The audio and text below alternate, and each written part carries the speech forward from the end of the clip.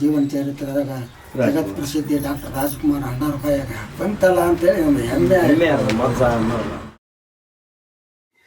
ಮಾನವನಾಗಿ ಹುಟ್ಟಿದ ಮೇಲೆ ಏನೇನ್ ಕಂಡಿ, ಸಾಯೋದ್ರೊಳಗೆ ಸಂಸಾರದಲ್ಲಿ ಗಂಡ ಗುಂಡಿ.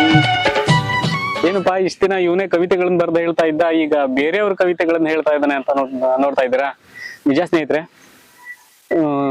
ಜೀವನ ಚೈತ್ರ ಸಿನಿಮಾದಲ್ಲಿ ಹಾಡು ಕೇಳಿರ್ತಾರ ನೀವು. ಆ ಹಾಡನ್ನ ಮುಗುರ್ ಮಲ್ಲಪ್ಪ ಅನ್ನೋ ಒಬ್ಬ ಲಾವಣಿಕಾರರು, ಅದ್ಭುತವಾದ ಬರಹಗಾರರು ಇದನ್ನ ಬರ್ದಿರ್ತಾರೆ. ಅವರ ಬಗ್ಗೆ ಹೆಚ್ಚಿನ ಮಾಹಿತಿಗೋಸ್ಕರ ಅವರ ಕುಟುಂಬಸ್ಥರ ಜೊತೆ ಸ್ವಲ್ಪ ಮಾತಾಡೋಣ ಅಂತ ಹೋಗ್ತಾ ಇದೀವಿ. ಬನ್ನಿ ಹೋಗೋಣ.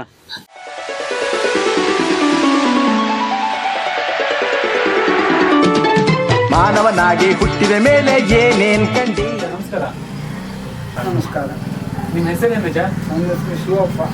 ಗೋಪ. ನಿಮ್ಗೆ ಮುಗೂರು ಮಲ್ಲಪ್ಪನವ್ರು ಗೊತ್ತಾ? ಇದು ನಮ್ಮ ಅಪ್ಪನ ತಂಗಿನ. ಹೌದಾ? ಮತ್ತು ನಿಮ್ಮ ಅವರ ಒಡನಾಟದ ಬಗ್ಗೆ ಹೇಳ್ತೀರಾ ಅಂತ. ನೀವು ಅವ್ರು ನೋಡಿರಾ? ನಾವು ಮಲ್ಲಪ್ಪನ ನಾವು ನೋಡಿರಲಿಲ್ಲ. ಅವ್ರ ಮುಂಚೆ ಹೆಣ್ಮಗಳು ನಮ್ಮ ಐದರಿಗೆ ನಾವು ನೆರಿಗದ ಇಲ್ಲಿ ತಂದಿರ್ಕೊಂಡು ಇಳಿಯ ಬಿಡ್ಕೊಂತ ಇದ್ದೀವಿ. ಆಮೇಲೆ ಹಂಗಾದ್ರೆ ನಿಮ್ಗೆ ವಯಸ್ಸು ಎಷ್ಟು ಅಜ್ಜ ಈಗ? ಇದು ನಾನು 40ನೇ ಸಾಲಿನ ಹುಟ್ಟಿದ್ದ ನಮ್ಮ ಅಪ್ಪರು ಹೇಳೋರು ಇದು ಮಾಡಿ ಜೀವನ ಕಾಯ್ಕೊಂಡು. ಅಂದ್ರೆ ಒಂದು 84-85 ವರ್ಷ ಆಯ್ತು ನಿಮ್ಗೆ. 85-86 ಹೌದಾ? ಹಂಗಾದ್ರೆ ನೀವು ನೋಡಿಲ್ಲ ಅಂತ ಅಂದ್ರೆ ಅವರಿಗೆ ಒಂದು ಎಷ್ಟು ವರ್ಷ ಇರ್ಬೋದು ಅಜ್ಜ? ಒಂದು 130 ಮಲ್ಲಜ್ಜರಿಗೆ. ಹೌದಾ? ನೀವು ನೋಡಿರ ಮಲ್ಲಜ್ಜರ್ನ? ನೋಡಿಲ್ಲ. ಮಗು ನೋಡಿದ್ವಿ, ಅವ್ರ ಹೆಂಡತಿ ಈರಮ್ಮನ್ ನೋಡಿದ್ವಿ. ಅಜ್ಜ ಅವರು ತುಂಬಾ ಒಳ್ಳೆ ಬರಹಗಾರರು, ಲಾವಣಿಕಾರರು. ಎಲ್ಲರೂ ಹೇಳ್ತಿದ್ರು ಅದೇ ಮಾತೆ. ಬರಹಗಾರರು, ವಿದ್ಯಾವಂತರು, ಕವಿಗಾರರು ಅಂತ ಹೇಳ್ತಿದ್ರು. ಹೌದು, ಅದೇ ಅವರ ಕವನಗಳ ಬಗ್ಗೆ ನೀವು ಎಲ್ಲ ಪ್ರಪಂಚಕ್ಕೆ ಗೊತ್ತಿರೋದು ಜೋಗಾದ ಗುಂಡಿ ಹಾಡು ಒಂದೇ.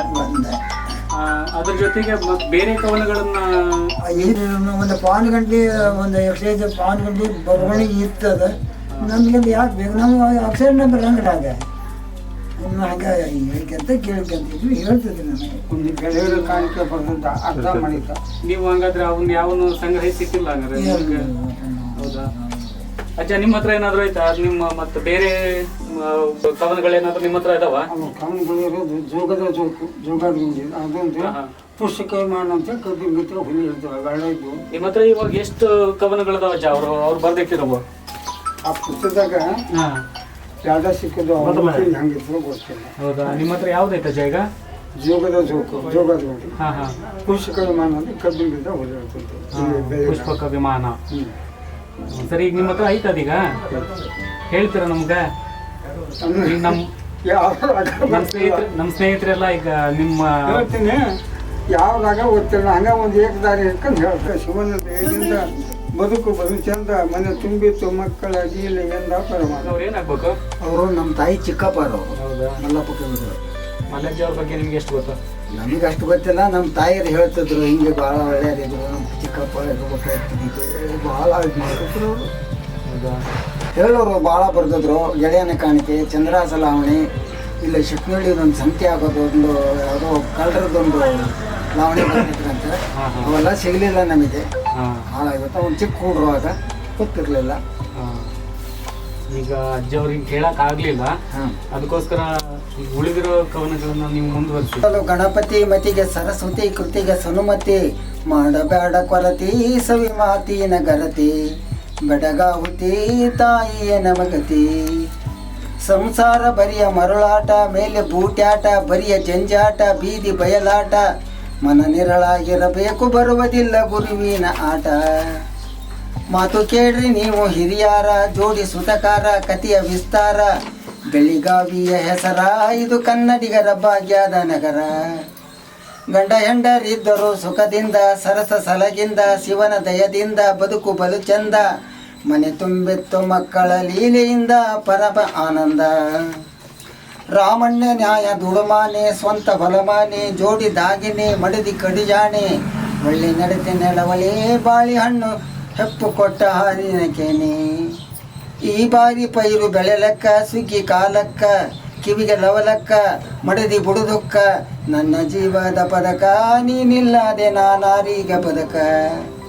ಮಂಡಿಗೆ ಮಾಡಿದ ಮನದಾಗ ಹಾಲು ತುಪ್ಪದಾಗ ಸವಿಯ ತಾನು ಹೀಗ ನೋಡು ಮುಂದಿನ ಯೋಗ ಅದು ತಿಳಿಯುವುದು ಹೇಗ ರಸಬಾಳಿ ರಾಮ ರಸದಾಳಿ ಬೆಳೆದು ಬಿಳಿದಾಳಿ ಮೆರೆಯುತ್ತಿದೆ ಕಾಳಿ ಶಿವನ ಆಜ್ಞೆ ಇಲ್ಲದೆ ಮಿಸುಗೋದಿಲ್ಲ ಒಂದು ಹುಲ್ಲ ಕಡ್ಡಿ ತೀಳಿ ಹೊತ್ತೇನಿ ಎದ್ದ ಲಘುಬಿಗೆ ಹೊಲಕ ನಾ ಹೋಗಿ ಬರ್ತೇನಿ ಹೊತ್ತಾಗಿ ಮಾಡು ಬಿಸಿ ಅಡಿಗೆ ಎಂದಾನು ಸಾಗಿ ಎಡಕಾರಿ ಹೋದವಕ್ಕಾಗಿ ಮುಂದೆ ಎಡವಿದ ಎಡಗಾಲ ಬಿತ್ತು ರೂಮಾಲ ಮುಂದೆ ಕಿಡಿಗಾಲ ಮನಸ್ಸಿ ಗರಟಿಲ್ಲ ವಿಧಿಯ ಮಾಯಾದ ಜಾಲ ಬಂದು ಹೊಕ್ಕಾನು ಕಬ್ಬಿನ ಬಲ ಕೊಪ್ಪಿ ಮಾಡಿ ಹೊತ್ತ ಕಂಬಳಿ ಜಬಿರಿ ಜಡಿಮಳಿ ಹಾಸಿ ಕಟುಬಳಿ ಕಿತ್ತ ಕಸರ ಕಳಿ ಕಿಪ್ಪಾಳಿಯಿಂದ ನರಗಾವಳಿ ಜಿಗಿದು ಬಂದಿ ತ್ರಿಬಾದೂರ ತೀಳಿ ಪಟಿವಾರ ಎತ್ತು ಬಹದ್ದೂರ ಮೆಟ್ಟು 16 ಸಿಟ್ಟು ಬಲುಪೂರ ಬೋರು ಗರಿಯುತ್ತಿದ್ದೆ ಜೋರ ಬಂದು ನಿಂತಿದ್ದ ಎದರ ರಾಮಣ್ಣ ಮುಚ್ಚಿದ ನೊಕ್ಕಣ್ಣ ಕಿಡಿವ ಸಿಡಿಗಣ್ಣ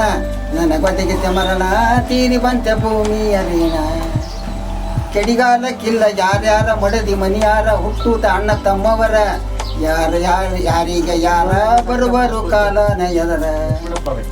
ಆಮೇಲೆ ಈಗ ಮಲ್ಲಜ್ಜಿ ಅವರು ಎಲ್ಲೆಲ್ಲಿ ಕೆಲಸ ಮಾಸ್ಟರ್ ಅಂತ ಹೇಳ್ತಾ ಇದ್ರು. ಈಗ ಅವ್ರು ಎಲ್ಲೆಲ್ಲಿ ಕೆಲಸ ಮಾಡಿರೋದು ಎಲ್ಲಿ ಅಂತ ಗೊತ್ತಾ ನಿಮಗೆ? ನಮ್ಮ ತಾಯಿಯವರು ನಮ್ಮ ಇದನ್ನ ಹೇಳ್ತಿದ್ರು. ನಮ್ಮ ಚಿಕ್ಕಪ್ಪರು ಫಸ್ಟಿಗೆ ಅವರು ಕನ್ನಡ ಶಾಲೆ ಪುಂಡಿ ಪೇಸ್ಟ್ ಆಗಿ ಫಸ್ಟ್ ನೌಕರಿ ಮಾಡ್ಬೇಕಾದ್ರೆ ಚನ್ನಗಿರಿ ತಾಲೂಕು ಶಿವಮೊಗ್ಗ ಜಿಲ್ಲೆ ಕತ್ಲಗಿರಿಯಲ್ಲಿ ಅವರು ಫಸ್ಟ್ ಶಾಲೆ ಕಲಿಸ್ತಿದ್ರು. ಅವ್ರಿಗೆ 15 ದಿವಸಕ್ಕೊಮ್ಮೆ ತಿಂಗಳಿಗೊಮ್ಮೆ ಊರಿಗೆ ಬಂದು ಹೋಗಿ ಮಾಡ್ತಿದ್ರು. ತಾಯಿರು ಹೇಳೋ ಮಾತಿದ್ರು. ಅವಾಗ ಏನೆಲ್ಲ ಭಾಳ ದೂರ ಆಕತ್ತ ಹೋಗೋದು ಬರೋದು ಮಳೆಗಾಲ ಬರೋದು, ಹಾಗಾಗಿ ನಾನು ಅಲ್ಲೇ ಹೋಗ್ಬಿಡ್ತಾನೆ ಅಂತ ಹೋಗ್ತಿದ್ದೀನಿ ಅಂತ ಹೇಳ್ತಿದ್ರಂತೆ. ನಂತರ ಅಲ್ಲಿ ಎಷ್ಟು ವರ್ಷ ಸರ್ವಿಸ್ ಮಾಡಿದ್ರೆ ಅದು ಗೊತ್ತಿಲ್ಲ. ನಂತರ ಅವರು ಮತ್ತೆ ಇಲ್ಲಿ ಶಿರಾಳಕೊಪ್ಪಕ್ಕೆ ಟ್ರಾನ್ಸ್ಫರ್ ಆದ್ರೆ ನಮ್ಮ ತಾಯಿಯರೇ ಹೇಳ್ತಿದ್ರು, ಏನು ತಾಯಿ ಪೇಟನಿಗೆ ಹತ್ತಿರ ಆಯ್ತು, ಒಂದೇ ಬಸ್ MM ಬಸ್ ಅಂತೇಳಿ ಓಡಾಡ್ತಿತ್ತಂತೆ. ಅದೊಂದು ಬಸ್ಸಿಗೆ ಶಿರಾಳಕೊಪ್ಪದಿಂದ ಆನ್ವಟ್ಟಿಯಿಂದ ಮೂಗುರಿಗೆ ಹೋಗಕ್ಕೆ ಅಂತ ತೊಂದರೆ ಇಲ್ಲ ನನಗೆ. ಅವ್ರು ಮುಗ್ಗುರಿಗೆ ಬಂದರೆ ಇಡೀ ಊರ ಹೋಗೋದಂತ್ರಿ. ಅವರು ಕವಿಗಳು ಬಂದಾರ ಮಾತಾಡ್ಸ್ಕೊಂಬರೋನು ಭಾಳ ಅಂತ ಹೇಳಿ ಬಂದ್ರೆ ಅವ್ನ ಮನೆಗೆ ಬಂದ್ರೆ ಜಾತ್ರೆ ಇದ್ದಂಗೆ ಇರುತ್ತೆ. ಅಷ್ಟು ಜನ ಬಳಕೆ ಇದ್ರಂತೆ. ಹೆಣ್ಮಕ್ಳ ಮೇಲೂ ಭಾರಿ ಮಕ್ಕಳ ಮೇಲೂ ಭಾಳ ಪ್ರೀತಿಯಿಂದ ಇರೋರಂತೆ ಅಂತ ಹೇಳಿ ನಮ್ಮ ತಾಯಿರು ಹೇಳ್ತಿದ್ರು.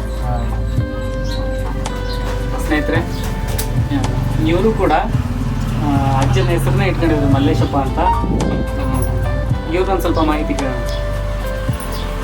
ನೀವು ಹೇಳಿ, ಈಗ ಜೀವನ ಚಿತ್ರದಲ್ಲಿ ಅವ್ರು ಬರ್ತಿರೋ ಒಂದು ಲಾವಣಿ ಜಗತ್ ಪ್ರಸಿದ್ಧವಾಗಿದೆ. ಅದ್ರ ಬಗ್ಗೆ ನಿಮ್ಮ ಹತ್ರ ಕೇಳಿದ್ರೆ ಮಾಹಿತಿ ಸಿಗುತ್ತೆ ಅಂತ ಹೇಳಿದ್ರು. ನಮ್ಮ ಹತ್ರ ಕೇಳಾಗಂದ್ರೆ ನಮ್ಮ ತಾಯಿಯರು ನಮ್ಮ ತಂದೆಯರು ಹೇಳಿ ನೆನಪು. ನಮ್ಮ ಚಿಕ್ಕಪ್ಪ ಅವರು ಅಂತೇಳಿ ಅವರು ಜಾನಪದ ಗೀತೆ ಬಗ್ಗೆ ಭಾಳ ಹೆಚ್ಚಿನ ಒತ್ತು ಕೊಟ್ಟು ಮಾತಾಡ್ತಾರೆ.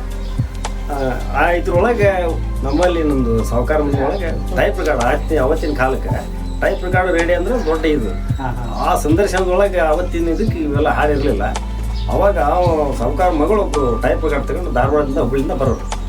ಬಂದಾಗ ವಾರಕ್ಕೊಮ್ಮೆ 15 ದಿವಸಕ್ಕೊಮ್ಮೆ ಇಲ್ಲಿ ನಮ್ಮ ಲಕ್ಷ್ಮಣಪ್ಪ ಅಂತೇಳಿ ಶಿವಪ್ಪನ ತಮ್ಮ ನಮ್ಮ ಚಿಕ್ಕಪ್ಪ ಅದಲ್ಲ, ಅವರಲ್ಲಿ ಹಾಡು ಹೇಳ್ಸಕ್ಕೆ ಅದನ್ನ ಕ್ಯಾಸೆಟ್ ಮಾಡ್ಸೋರು.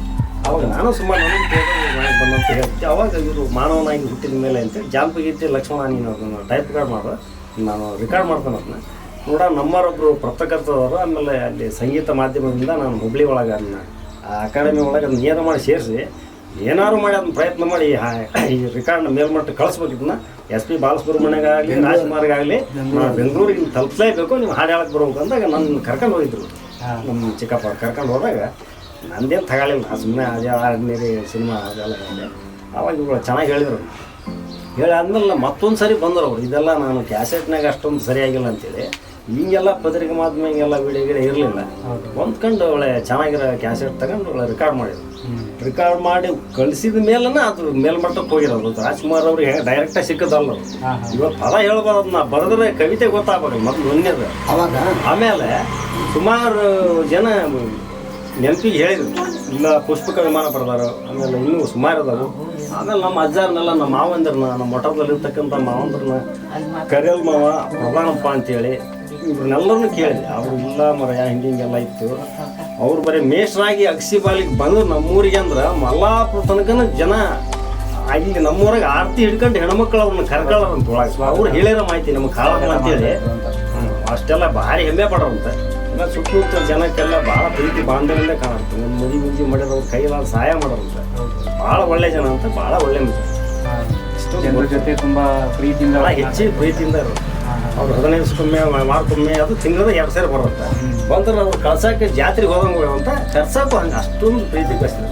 ಅದು ನಮ್ಮ ತಾಯಿಯರು, ನಮ್ಮ ಅಜ್ಜಿ ಕಾಳಮ್ಮ ಅಂತ ಇತ್ತು, ಅವರೆಲ್ಲ ಮಾಹಿತಿ ಇದೆ. ಹೈರಲ್ ಮಾವ, ಪ್ರಧಾನ ಮಾವ, ಮೈಲಾರಪ್ಪ ಅಂತ ಅವ್ರು ಮಾವಂದ್ರೆ ನಮ್ಮ ತಾಯಿ ಅಣ್ಣಂದಿರು, ಅವೆಲ್ಲ ನಮ್ಗೆ ಹಿಂಗೆ ಗೊತ್ತಿಲ್ಲ, ಅಷ್ಟೊಂದು ಮಾಹಿತಿ. ಅವಾಗ ನನಗೆ ರೇಡಿಯೋದ ಉಭಯ ಕುಶಲೋಪರಿ ಕಾರ್ಯಕ್ರಮ ಅಂತ ಹೇಳಿ ನಾವು ಕೇಳಿದಂಥ ಹಾಡನ್ನು ಕಾಗದದಲ್ಲಿ ಬರೆದು ಆಕಾಶವಾಣಿಗೆ ಕಳಿಸಿದ್ರೆ ಅವರು ಅದೇ ಹಾಡನ್ನು ಪ್ರಸಾರ ಮಾಡ್ತಾಯಿದ್ರು. ಆಮೇಲೆ ಹಳೆ ಕವಿತೆಗಳು ಯಾವಾರಾದರೂ ನಿಮ್ಮಲ್ಲಿ ಇದ್ರೆ ಕಳಿಸ್ರಿ ಅಂದ್ಬಿಟ್ಟು ಹಂಗಾದ್ಮೇಲೆ ನಮ್ಮಲ್ಲಿ ತಾತವ್ರು ಬರೆದೊಂದು ಹಾಡು ಐತಿ ಅಂತ ಹೇಳಿ ಉಭಯ ಕುಶಲೋಪರಿ ಕಾರ್ಯಕ್ರಮಕ್ಕೆ ನಾನು ಹಾಡು ಬರೆದು ಆಕಾಶವಾಣಿ ಧಾರವಾಡ ಕೇಂದ್ರಕ್ಕೆ ಕಳಿಸಿದ್ದೀನಿ. ಧಾರವಾಡ ಕೇಂದ್ರಕ್ಕೆ ಕಳಿಸಿದ ಮೇಲೆ ಅದು ಜೀವನ ಚರಿತ್ರಕ್ಕೆ ಹೋಯ್ತು. ಜೀವನ ಚರಿತ್ರದಾಗ ಜಗತ್ ಪ್ರಸಿದ್ಧಿ ಡಾಕ್ಟರ್ ರಾಜ್ಕುಮಾರ್ ಅಣ್ಣಾರಪಾಯ ಬಂತಲ್ಲ ಅಂತೇಳಿ ಒಂದು ಹೆಮ್ಮೆ ಸಂತೋಷ ಪಡುವಂಥ ವಿಷಯನ. ನೋಡಿದ್ರಲ್ಲ ಸ್ನೇಹಿತರೆ, ಕುವೆಂಪು ಅವರ ಕಾಲದಲ್ಲೇ ತಮ್ಮ ಸಾಹಿತ್ಯ ಸಂಪತ್ತನ್ನ ಕನ್ನಡ ಸಾಹಿತ್ಯ ಲೋಕದಲ್ಲಿ ಎಲ್ಲರ ಜೊತೆ ಹಂಚ್ಕೋಬೇಕಾಗಿರೋ ಕವಿ ಮನಸ್ಸು ತಮ್ಮ 40ನೇ ವಯಸ್ಸಿನಲ್ಲೇ ಕಣ್ಮರೆಯಾಗುತ್ತೆ. ಶಿಕ್ಷಕ ವೃತ್ತಿಯ ಜೊತೆಗೆ ಅದ್ಭುತವಾದ ಬರಹಗಳಿಂದ ಆಗಿನ ಕಾಲದಲ್ಲಿ ಜನಮನ್ನಣೆ ಗಳಿಸಿದ ಆ ಕವಿ ಹೃದಯವನ್ನು ನಾವು ಮರ್ತೇ ಬಿಟ್ಟಿದ್ದೀವಿ. ಯಾಕಂದ್ರೆ ಜೋಗದ ಜೋಕು ಅನ್ನೋ ಅವರು ಒಂದು ಲಾವಣಿನ ಬಿಟ್ರೆ ಮತ್ತೆ ಅವರ ಯಾವ ಲಾವಣಿಗಳು, ಯಾವ ಕವಿತೆಗಳು ಪ್ರಚಲಿತವಾಗ್ಲಿಲ್ಲ. ಆಮೇಲೆ ಅವರ ಕುಟುಂಬಸ್ಥರಿಗೂ ಕೂಡ ಅವರ ಬಗ್ಗೆ ಹೆಚ್ಚಿನ ಮಾಹಿತಿ ಇಲ್ಲ. ಅದನ್ನ ತಿಳ್ಕೊಳ್ಳೋ ಗೋಜಿಗೂ ಅವ್ರು ಹೋಗ್ಲಿಲ್ಲ ಅನ್ಸುತ್ತೆ, ಹೋಗ್ಲಿ ಬಿಡಿ. ಆಮೇಲೆ ಇನ್ನೂ ಸಂತೋಷ ಪಡೋ ವಿಷಯ ಏನಂದ್ರೆ ಶಿವಜ್ಜ, ಲಕ್ಷ್ಮಣಪ್ಪ ಮತ್ತು ಮಲ್ಲೇಶಪ್ಪ ಇವರ ಸಾಹಿತ್ಯ ಪ್ರೇಮದಿಂದ ಮುಗೂರ್ ಮಲ್ಲಪ್ಪ ಅವರು ಬರೆದಿರೋ 2 ಲಾವಣಿಗಳು ನಮ್ಮ ಕೈ ಸೇರಿರೋದು. ಇನ್ನೊಂದು ಲಾವಣಿ ಅಂದ್ರೆ ಜೋಗದ ಜೋಕು ಲಾವಣಿಯನ್ನ ನಿಮ್ಮ ಮುಂದೆ ತಂದಿಡೋ ಪ್ರಯತ್ನ ಮಾಡ್ತೀವಿ. ದಯವಿಟ್ಟು ನೀವು ಕಮೆಂಟ್ ಮೂಲಕ ನಿಮ್ಮ ಅಭಿಪ್ರಾಯವನ್ನು ತಿಳಿಸಿ. ನಮಸ್ಕಾರ.